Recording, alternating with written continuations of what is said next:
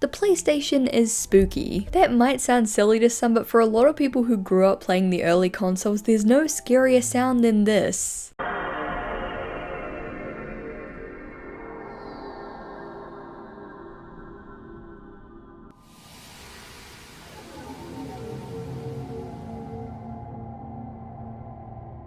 Ugh, still gives me chills. But on a deeper level, there's something particularly ominous and eerie about the PlayStation 1. I grew up playing PS1 games like Tantrum and Tomb Raider, where the barren, blocky levels would be cloaked in darkness that seemed to stretch for miles, games like Abe's Odyssey with dark, violent themes and otherworldly art design, and of course demo discs. As a kid, I couldn't help but feel that these dark, low-poly games and demos were just a bit haunted, not terrifying or scarring, but just slightly off, a little eerie, a bit spooky if you will. The Haunted PS1 Demo Disc, released in both 2020 and 2021, tap into all of that. 90s to early 2000s game aesthetics, haunted or slightly wrong feeling games, horror, corrupted childhood nostalgia, glitches and outdated technology, and more. Just like the real-life PlayStation demo discs, the Haunted PS1 Demo Disc compiles tons of PS1 styled game demos from indie developers, from platformers to shooters to point and clicks. The only twist is they're all haunted, weird, creepy or otherwise horror related. So tonight, turn off the lights, grab a snack and get comfy because we'll be delving into the terrifying world of the Haunted PlayStation 1 Demo Disc. Before we get into things, I just want to give a huge thank you to Casetify for sponsoring this video. If you've seen my videos before, you know that I love working with Casetify because they're amazing and they make amazing phone cases. Some of my current favorites are this Powerpuff Girls-esque heart case and this moisturized, unbothered, flourishing cat case. But don't let Casetify's hundreds of super cool designs stop you, because you can completely customize your very own cases. You can choose from a huge range of styles and colors and even add your own name or monogram to the back, for example my custom Garfield case, so now everyone can know how much I love Garfield in case the shelf in the background wasn't enough. Not only do Casetify cases look amazing and are highly customizable, but they have an antimicrobial coating that kills 99% of bacteria and they're incredibly tough. Casetify cases are engineered with the 2-layer construction of Chi-Tech and are drop test approved for drops of up to 6.6 feet with their impact cases and 9.8 feet for their ultra impact cases. Gone are the days of having to pick between an ugly, bulky phone case that actually protects your phone and a cool case that breaks immediately, because Casetify cases are tough and strong. If all that wasn't good enough, you'll be helping the planet because Casetify's new Impact and Ultra Impact cases are made of 65% recycled and plant-based materials and are compatible with wireless chargers. Whether you're getting a new iPhone, looking for the perfect gift for a friend, or just want to treat yourself, Casetify is there for you. Head to casetify.com/Izzy today to save 15% off. Once again, that's casetify.com/Izzy to save 15% off your order. The link will be in the description. Thank you so much to Casetify for sponsoring this video, and now let's get into the Haunted PS1 Demo Disc.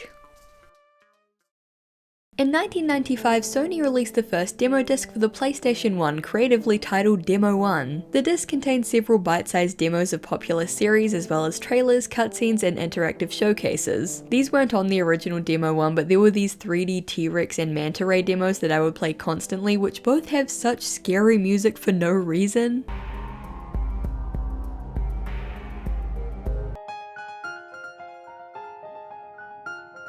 Anyway, the demos were a great way for PlayStation owners to try out new and upcoming games, and I assume they were successful at selling a lot of those games because several more demo discs were released in the following years. Eventually we progressed past the need for demo discs as the internet became a viable way to share news, updates and showcases about games, and the demo disc kind of just died. Enter the Haunted PS1 Demo Disc 2020 and the Haunted PS1 Demo Disc 2021 respectively. To clear up any confusion, these demo discs aren't actually physical discs, nor are they played on the PlayStation 1. The demo disc is essentially a library of horror games made by indie developers styled to look and or play as if they're from the PS1 era. On the disc you'll find games with extremely blocky low poly graphics, fixed camera angles, and low draw distances, just to name a few common stylistic choices. And obviously, since it's a demo disc, they're all just short demos, little tasters of the full experience, usually around 10 to 15 minutes long, but sometimes as long as 30 minutes plus. So let's delve into the world of Haunted PS1. We'll be starting with the launcher itself and then diving into each game individually. There are a few quick disclaimers before we begin. First of all, this video is about the Haunted PS1 Demo Disc 2021. Why did I start with the most recent one rather than the first one?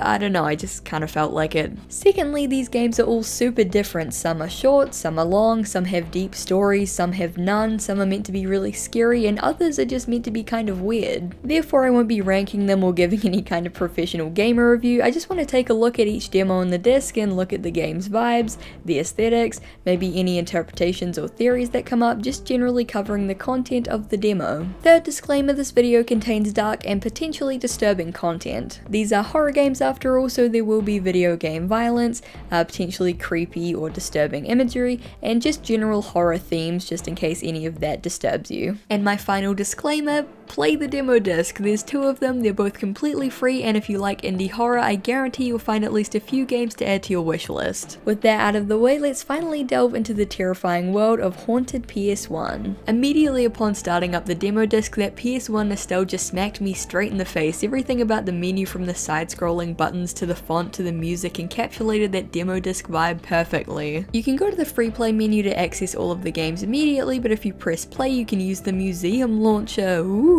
Trudge through the snow on this creepy street, make your way down a side alley and through a door, and find yourself in a strange museum. Weird paintings line the hallway, and the attendant at the desk is a skeleton, Scully to be exact, the official mascot of the Haunted PS1 demo disc. He lets us know that we're in for a scare, as the museum is home to many haunted games, and also lets us know that smoking is forbidden in the museum. After this interaction, he disappears, and from here we can head straight to the elevator to access 3 floors of games. They appear as giant paintings with doorways under them, and upon entering the doorway you're greeted with a small room themed around the game that you're about to play. And from in here you can launch the game proper. The museum isn't that different from just launching the games from the menu, but I love having the launcher be a physical museum space. I love the giant pixelated paintings and the little information booklets next to each game that explain the premise as well as the game's content warnings. It's a really cool feature. There are tons of little details too, from the creepy bathrooms off to the side to the elevator having worn out and fly covered panels on the roof to the top floor being a weird little attic room. The music here is also lovely. I actually spent a lot of time just wandering around and relaxing to the music, which is kind of a funny contrast to all of the horror waiting behind each door. There's a whopping 25 games on the demo disc, so now that we've soaked up the ambience of the museum, let's just get straight into them.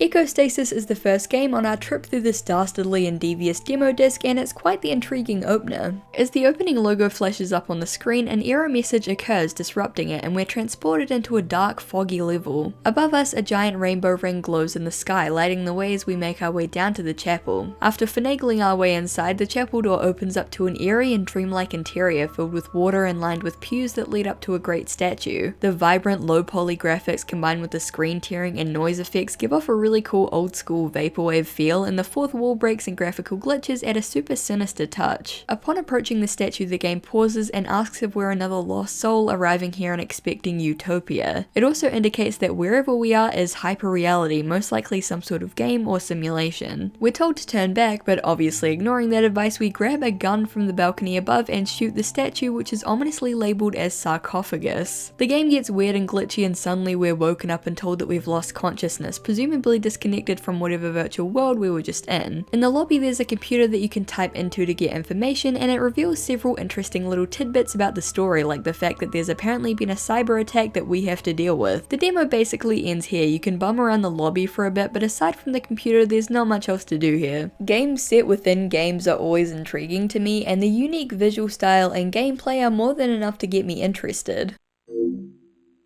As an avid MMO player, I experienced the slow death and eventual shutdowns of several MMOs, and when I found out that someone had made a game based on that very concept, I had to play it. Agony of a Dying MMO opens with a cutscene panning across various locations from a fictional MMO called Garden of Widows. I'm ashamed of the person I was, but that person would be ashamed of who I am today.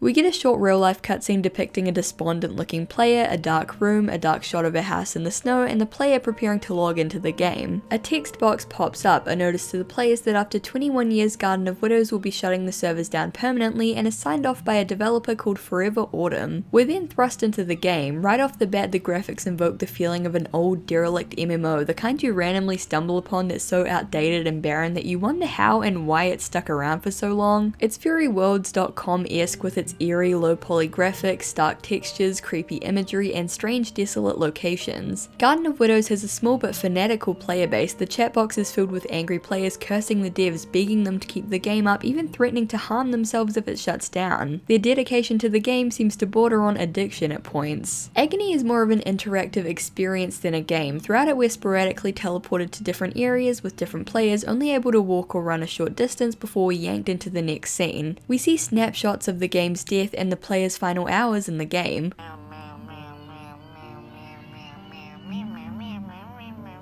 Shut the fuck up. Get the fuck out of here! We're dancing, we're fucking dancing. We visit the Church of Yuka 87, a building that the developers apparently added dedicated to a player who went on a killing spree in real life. We follow two furry players on a desolate car ride as they discuss their struggles with mental illness, specifically referring to something called the level 99 curse. The chat explains that players supposedly go mad when they reach level 99, and the only way to cure it is by finding a mythical NPC called Adam that the developers allegedly hinted at existing. The other furry in the car argues that the level 99 curse isn't real, and neither is Adam. It's just a bunch of terminally online fanatics obsessed with chasing a figment that doesn't exist. And this is why I love this game. It brings up so many interesting topics that are really ripe for discussion. Gaming addiction, online relationships, how insulated game communities can lead people down dangerous rabbit holes, myths and legends in online spaces, mental illness and how online spaces can help or feed into them, toxic developers, and more. These are all really interesting concepts that I feel like more games need to explore. Unfortunately, as rich and interesting as these themes are, and as cool as the game looks, I've heard mixed things about its development. A few comments on the itch.io page indicate that development has stopped and there haven't been any updates since its launch in March of 2021. Dying/haunted MMO is such an untapped well of potential, and I really hope that we get to see more of Agony in the future, but even if not, I still think it stands up pretty well as a standalone piece. And Outcry is an RPG Maker horror game with a heavy emphasis on narrative. In the demo we play as the Unnamed, a 25-year-old shut-in who's locked themselves out of their apartment. With a long night ahead of them, they resolve to find some cigarettes and a lighter, so they visit their neighbours. We first meet Schmidt, a grumpy and cantankerous old man who wants nothing to do with the Unnamed. Then Mrs. Yildirim, a melancholy old woman who, no matter what benign dialogue choices you make, seems to always end the conversation in tears. Seriously, I played through a few times and always managed to make her cry.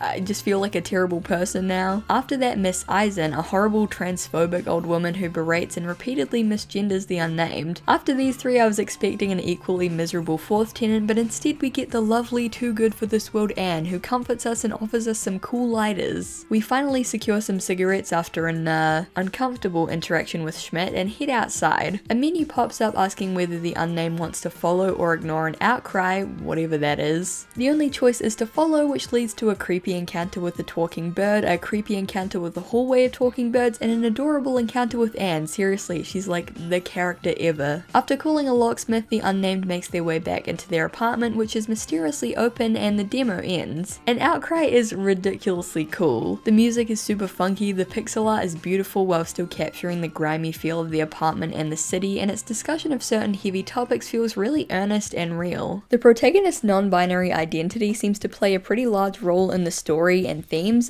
which I found really cool. And Outcry has a really distinct style and voice and humor, and it clearly has a lot to say. Not at all scary from what I played at least, but nevertheless super fun and intriguing. It's out now on Steam if you want to play the full game.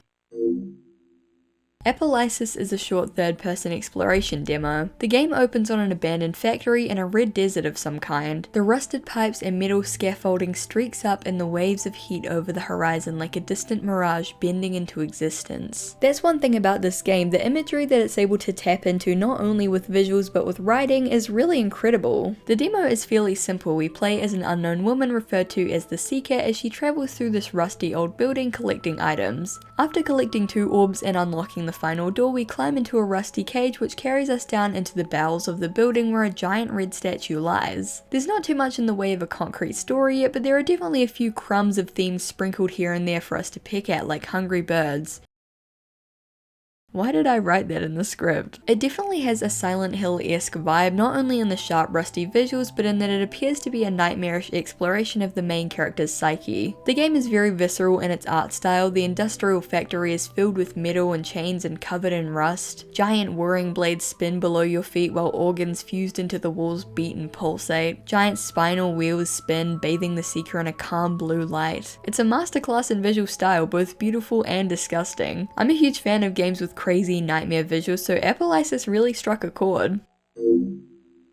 Inspired by 80s sci-fi horror, Chasing Static is an atmospheric first-person horror game set in Wales. It's a dark and stormy night and we pull into a small coffee shop called The Last Stop, seemingly in the middle of nowhere. Inside we meet a chatty waitress called Anera who we strike up a conversation with. We then fill up on coffee and wait for Anera to finish up as she's offered to point us in the right direction to where we're headed in exchange for a ride. While we wait, things begin to get weird. The radio starts blaring static and shortly after we fix that, the lights go out. Anera sends us into the back to fix the fuse box, which is a super simple puzzle. You just have to find like 1 fuse, but I didn't see the little diagram here and I thought you needed 4, so I spent like 10 minutes looking everywhere for them. Also, I went back out into the shop to ask Anera for any like clues or anything, and the game tried to tell me she was busy. Yeah, it sure looks like it. Anyway, after fixing the lights we go back out and... Hey, no need to thank me or anything. Anera?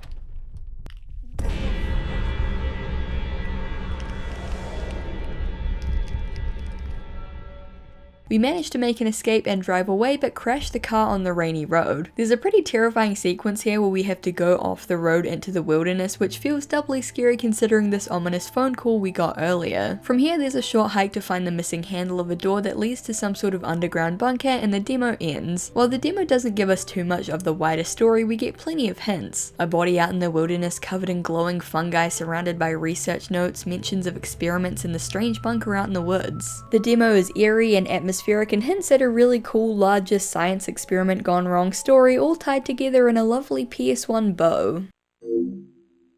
Fiend's Isle is a procedurally generated first-person roguelike inspired by RPGs of the 90s. In the game you traverse a randomly generated dungeon, killing jellies and skeletons, picking up weapons and loot, and solving traps. Fiend's Isle perfectly replicates that pitch-black draw distance that the PS1 had, as well as the blocky style and clunky animations. It also replicates how tear-inducingly hard it is to judge where you are in a 3D space, because I swear this trap wiped me out like 100 times. Also, I'm 90% sure that these skeleton enemies are a reference to the PlayStation can produce mind-boggling effects, which is amazing. Overall, Fiend's Isle isn't terrifying, but it's a cool homage to the roguelikes of the PS1 era. Ghastly Goodies is a 3D Halloween adventure reminiscent of games like Crash and Spyro. In it you play as either Pete or Sarah as they're dropped off to do some trick-or-treating in front of a creepy old manor. They're tasked with collecting as much candy as possible as they try to find a way inside the manor gate. Along the way there are a few fun puzzles, including one where they have to dig up a grave, delightful, before a creepy imp demon creature chases them all the way back. Making a quick escape into the manor, Pete and Sarah find themselves in a creepy basement where apparently they can't make out what the liquid on the floor is, despite the fact that it's obviously ketchup. There's a neat color puzzle, there's a creepy section with this crying ghost lady who decapitates you if she catches you. They then finally unlock the door and the demo ends. Ghastly Goodies fits perfectly on the demo disc. At first it looks like this perfectly normal kids game with some spooky Halloween elements, but the gradual incorporation of blood and violence is unnerving and bizarre. It makes you wonder were the developers just tone deaf about what's appropriate for kids, or is there more to this game than meets the eye? Janitor Bleeds is a pretty simple story about a haunted arcade. Well, I say pretty simple, I mean as simple as a story about a haunted arcade can get. The game opens with newspaper clippings informing us of a string of disappearances that have occurred in the local woods, and surprise surprise, we find ourselves stranded in those very woods after our car has broken down.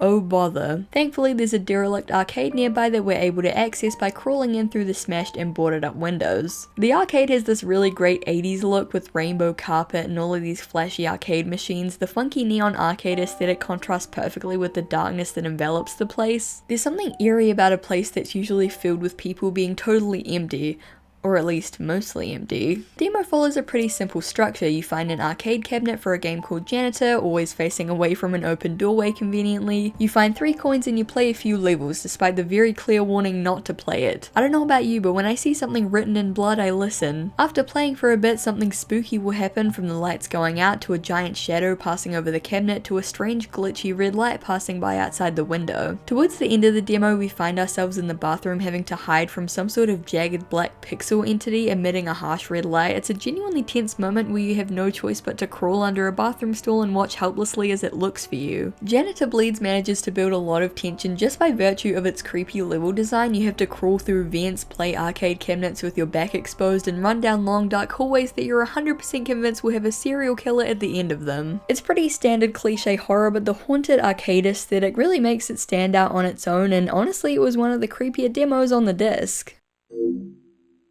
Lorn's Lure, and yeah, I say lure, not lure, or however you guys say it, is a first-person platformer where you play as an android who leaves his home colony and becomes lost in a vast and dangerous structure. He's following a strange glitch which he believes is his only way out, and that's why he's got to do parkour. Lorn's Lure has super fun and addictive platforming. It's quite similar to Mirror's Edge in that you're able to run, jump, and climb around this massive structure in a very smooth and flowy way, and most of the surfaces are climbable, allowing plenty of freedom for where you can go and what paths you can reach. I was amazed at how massive the structure felt. Having to scale walls and jump between beams at this height was dizzying in the best possible way. The demo doesn't give us too much insight into the story, and I wouldn't necessarily call it scary, but the giant foggy structure and the mystery of the story provide a spooky atmosphere that complements the gameplay perfectly.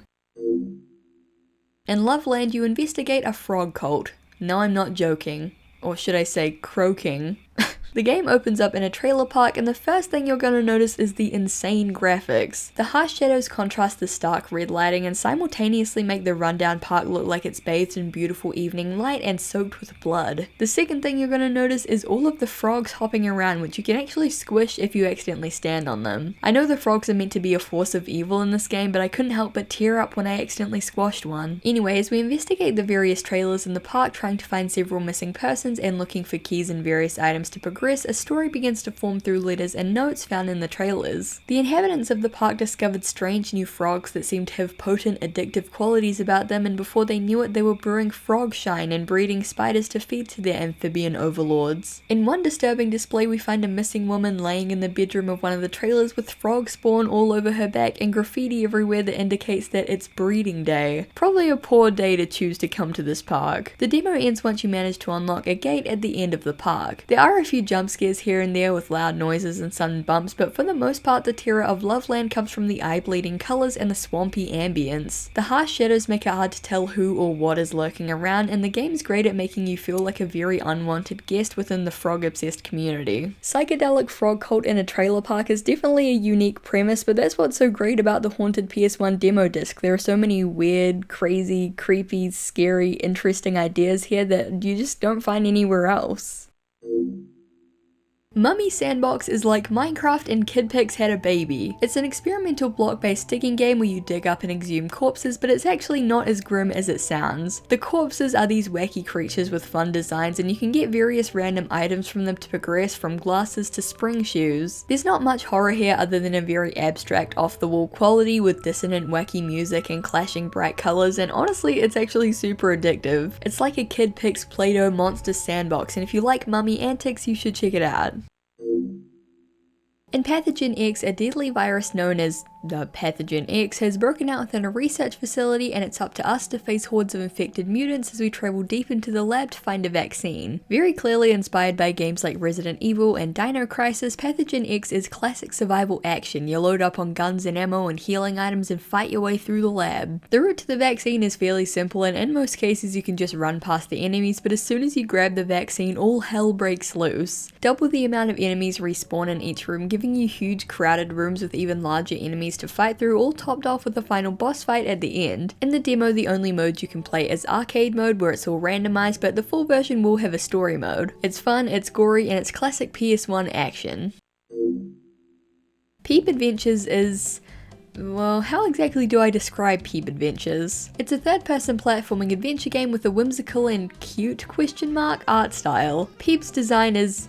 well, maybe not cute, but it's certainly something. Peeb has a powerful grappling hook that you can use on almost any surface, allowing you to swing around levels and platforms, as well as use the grappling hook in more inventive ways like flipping switches or solving puzzles. Peeb Adventures is your classic innocent game goes wrong. Our first signs that something is off are the various portals in the hub world, which show debug errors when we try to enter them. The next sign of trouble comes with the Monkey King, an NPC who emerges out of a well to ask us for 1,000 bananas to get into the castle. We can collect a few around the hub world before finding a glitched banana that makes the screen tear up and suddenly gives us 9999 bananas, which if we try to feed to the Monkey King, well...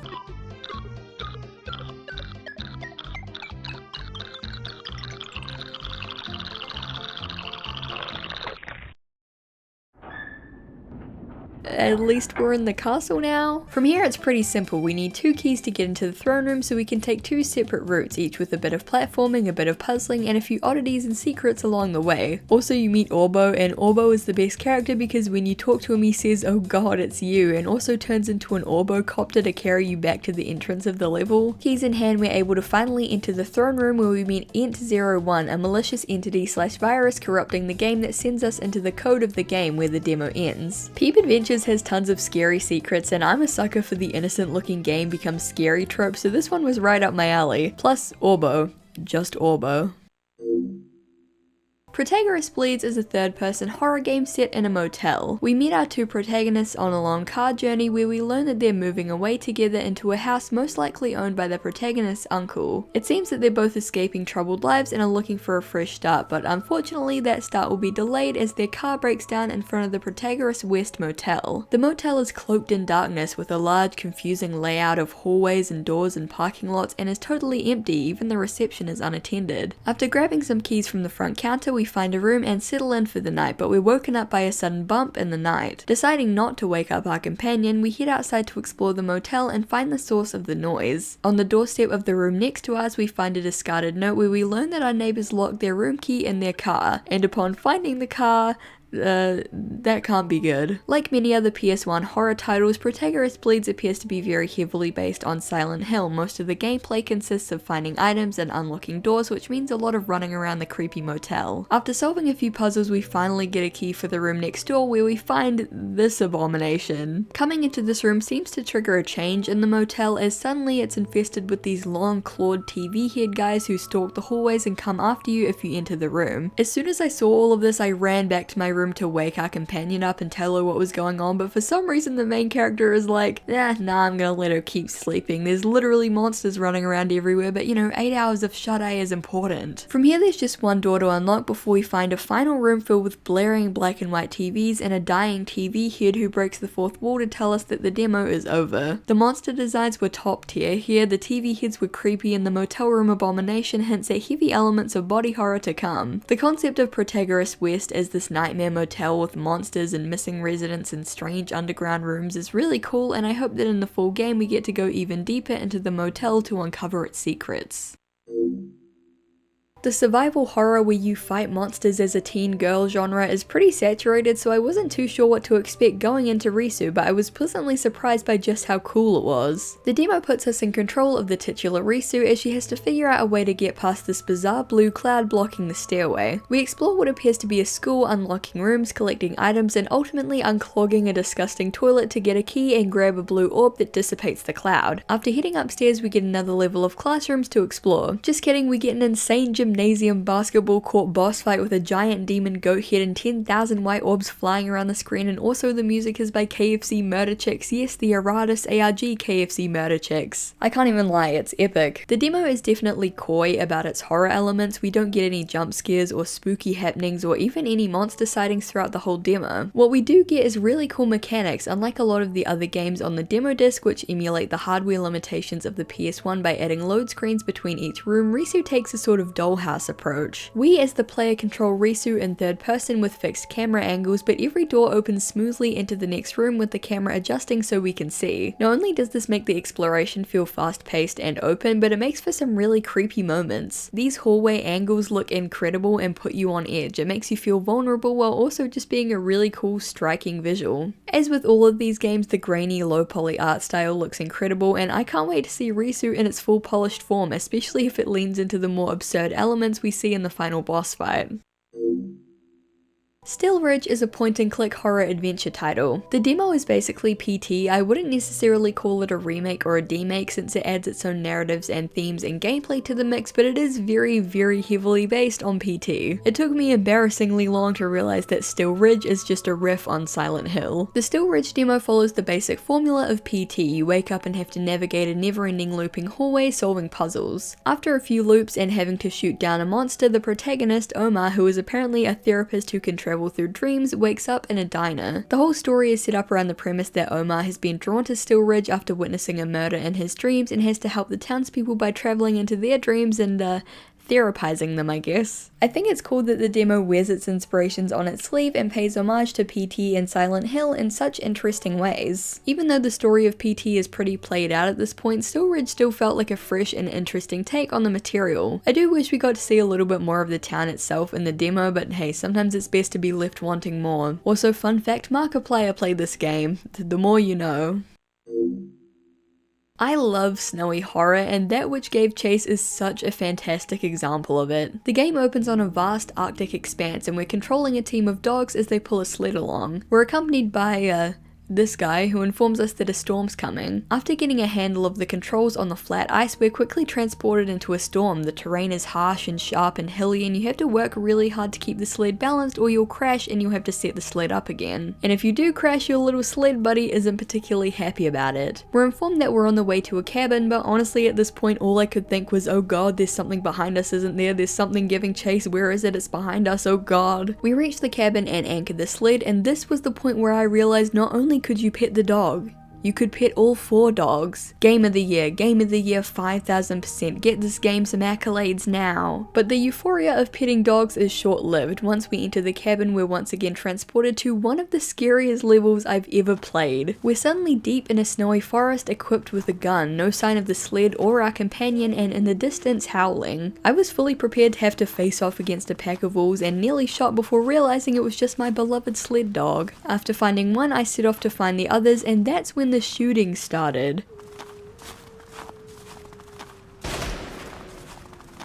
Not machine gun fire or a sudden attack, but a lone echoing gunshot that just barely missed me. At this point I'm panicking. I'm just thinking there's a guy in here somewhere and he's coming for me, so I run. The low draw distance makes every tree look like a figure coming out at you from the mist. Tree branches obscure your vision and make it impossible to get a bearing on your surroundings. All I could do was follow the howling while sporadic gunshots rang out. It leaves you feeling completely vulnerable and terrified and isolated. It was really unexpected and honestly awesome. We're transported again back on the sled and accompanied by our companion. He's incredibly weird and very unnerving. He keeps turning around to talk to us, mentioning the stillness of the tundra and the treasure buried here and how we wouldn't understand, all while making this face. The demo ends shortly thereafter, and my lord did it make an impression. That Which Gave Chase is fantastic at making you feel isolated and helpless. The vast, endless expanse of snow with no one for miles around except you're probably a serial killer sled buddy. The terrifying forest segment where you feel like an animal being hunted, helpless to do anything but blindly run. The cold, emotionless stare of your partner, which is only slightly less unnerving than his crazed smile. It does so much with so little, and if you couldn't tell, I'm so excited for this one to come out so we can piece together more of the narrative and maybe even figure out what exactly is giving chase. In the Chameleon, you play as, and I quote the wiki page here, a man in a Hawaiian shirt with superpowers. What more do you need? The Chameleon is a third-person action stealth game where you have superpowers, namely the ability to morph into enemies for a short period of time. An intro at the start of the game introduces our fashionable protagonist, Dr. F, as well as the LRS, which we don't get too much info on, but is presumably some sort of space/scientific research program. We're also introduced to guards designed to protect members of the LRS. On our stealth journey, we have to sneak past tons of these guys, so we can assume that either they've malfunctioned or we, due to our superpowers, are actually the monster all along. Either way, we look fresh as hell. The Chameleon is super fun and fast paced with really nice controls. If you like stealth games and or Hawaiian shirts, I definitely give this one a try. The Drowning Machine is an extremely heartfelt and personal project dedicated to the developer's close friend who passed away. It's very emotional and extremely heavy, and I'm not going to give it a plot rundown or review because that feels a bit tone deaf. What I will say is that it's very beautiful in its own way, but it is very, very real and very sad, so I do recommend that you play this, but under the condition that you feel that you're in the right headspace to play a game like this. The Heilwald Clinicum used to be one of the most renowned medical facilities in Germany. That all changed when that curious Loophole appeared. The Heilwald Loophole is a first-person survival horror set in a twisted hospital, the Heilwald Clinicum. We awake in a barren storage room and after looking around for a bit, open the door to find Dr. Randolph standing there, menacingly.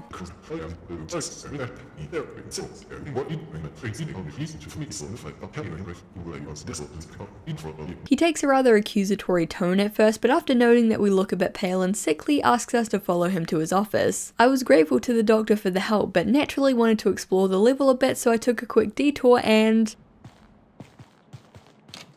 Where are you going?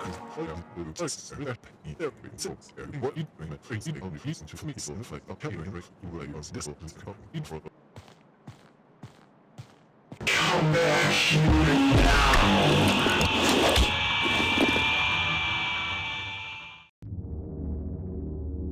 I swear, the chills I got when the doctor actually started speaking. His voice lines never stopped being creepy as hell. So obviously I found out pretty quickly that Dr. Randolph wasn't to be trusted, but I figured maybe if I just followed his orders, I'd be alright. I'm not going to refuse. Where are you going? Nope, the guy's just a straight up serial killer. From here it's a game of speed and stealth, run past the terrifying doctor and ignore his terrifying voice to find a syringe and take him by surprise. From here we can progress to the next level, a sickly green ward filled with neglected and dying patients. There's an extended plot about helping a dehydrated patient who just did this, and yeah, the Heilwald Loophole definitely has its scary moments, but it has this sort of offbeat humor as well that makes it really fun. The environments are scary too, from the off-puttingly clean and empty hallways near Dr. Randolph's office to the barren backrooms to the disgustingly dirty and disease-ridden ward. Despite the extremely rudimentary PS1 style graphics, the characters all stand out in their own disturbing way, and throughout my short playtime the Heilwald Loophole found plenty of ways to freak me out. Nothing will top Dr. Randolph though, fuck that guy. The Lunar Effect is a psychological horror puzzle game very clearly inspired by Silent Hill and Resident Evil. The protagonist awakes in a spooky abandoned mansion and has to find a way out by finding items and notes and solving puzzles within a time span of 20 minutes. Usually I really dislike time trials, but I actually think it worked perfectly in this game. Plenty of time to explore, but puts the pressure on so you don't dawdle or go in circles. The game is really beautiful. The textures are incredibly highly detailed and rich, beautiful ornate carpets and painted walls and intricately modeled lights and banisters. This level of detail and texture is really incredible considering the low polyness of it all, and the kind of gothic, kind of Victorian vibes really sell this old mansion. The puzzles are also fun. I went in expecting Silent Hill levels of tedium, but they're pretty inventive. There's one where you have to align a baby's mobile with shapes on the wall, one where you have to decode a note using a codex, and another where you have to match wires. Originally I thought the story was going to be about werewolves, but upon further research, aka I googled it, the lunar effect is an unproven correlation between the lunar cycle and behavioral changes in humans. Notes scattered around the mansion seem to indicate that the father of the family was researching and trying to summon a quote pale beast. His wife was upset by his incessant research, and in a later note he appears to worship or be under the control of the creature, even insinuating that he'd be willing to feed his wife to it. An intriguing story to be sure, especially with the glimpse we get of the bizarre monster at the end. Whether this is the beast mentioned in the notes, well, we'll have to wait and see. The Salt Order is a first-person horror game where you use salt to protect yourself from tree monsters. We awaken in a jail and meet the Salt Order, who task us with traveling to the cursed realm of the Endless Tree to recover their grimoire in exchange for freedom. You know, typical stuff, just an average Friday night. We get a cool little objectives list before the level starts, which I personally love because it reminds me of the objectives from Tenchu Stealth Assassins. It's all very PS1. The actual gameplay consists of making your way through a fairly simple level while avoiding giant tree monsters. They move when you aren't looking at them, and they'll sneak up on you super quick, so your only options are to keep them in your sight constantly or use salt to block their path. I originally tried drawing circles of salt around them, but found that method fairly ineffective, so simple lines across the path worked best. I'm gonna be honest, for me this was the hardest game on the disc, to the point where I couldn't even finish it. Once I started getting into the wider, more open areas with multiple tree guys, they kept getting me no matter what I did. This could just be because I'm a cringe fail gamer though. Actually drawing with the salt is super fun and satisfying, and the atmosphere is pretty damn spooky. The sound of the tree monsters creaking around and catching a glimpse of them freezing up when you turn around are super creepy touches. Definitely a game I can envision being on a real PS1 demo disc that you play as a kid but then have nightmares about when you're an adult. T-Mod is exactly what you're probably thinking it is. It's a low-poly horror version of Gmod. As someone who used to play a lot of Gary's mod, I'm glad someone is finally capitalizing on how eerie that game could be. To me, there was nothing more sinister than spawning into GM Construct alone and wandering through the empty hallways, wondering if something or someone was lurking around. It just felt kind of desolate, a bit too quiet and empty, a smidge haunted even, and this game really uses that feeling to its advantage. There's no narrative or plot to T-Mod, and the best way to experience the scares is to hop in and experiment yourself. There are tons of creepy little surprises, and it's a pretty damn faithful recreation of the original game. I highly recommend.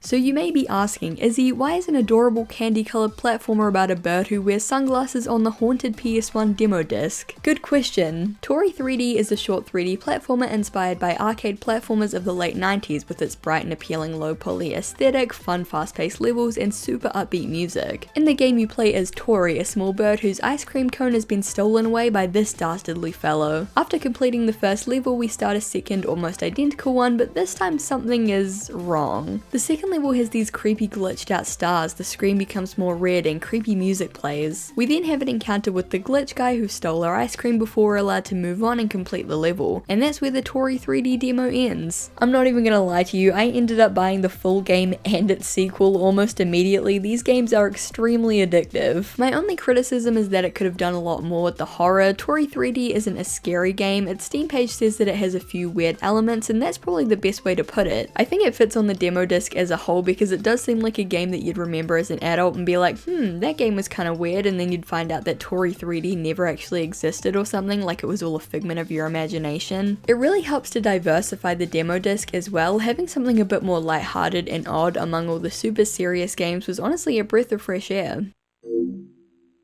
I'm gonna be real, Walk was by far one of the scariest demos on the entire disc. In the launcher, its description is mysterious and vague, noting only that it's an upcoming game from Japan, which doesn't give us much to work with. The game opens on a dimly lit street and our task is simple. Walk home. Walk has this really striking visual style. Polygonal and blocky figures are placed over top of real photographs of streets edited to look dark and grainy. The fixed camera angles make the scenes look almost like CCTV, and this is especially apparent when we reach this empty parking lot. A collectible coin lays on the ground, but we have to hurry to pick it up because ominous droning music begins to play and hastily scribbled words swirl on screen. Hide, quick, don't be seen. Stealth is your only weapon in this game. The girl is able to crouch and hide behind various objects like the van in the background, but the disorientating mix of 2D and 3D models can make it hard to distinguish where the hiding spots are or if you're appropriately hidden. What we're hiding from is this thing, and this thing is my favorite monster on the entire demo disc and maybe from any game ever. Its unnaturally long, dark body, the way it slinks around, the red claws and terrifying pale face that are only visible if you manage to see it at certain super close angles. The creepiest thing about this stranger is that it seems to be looking specifically for you, and if it catches you, well...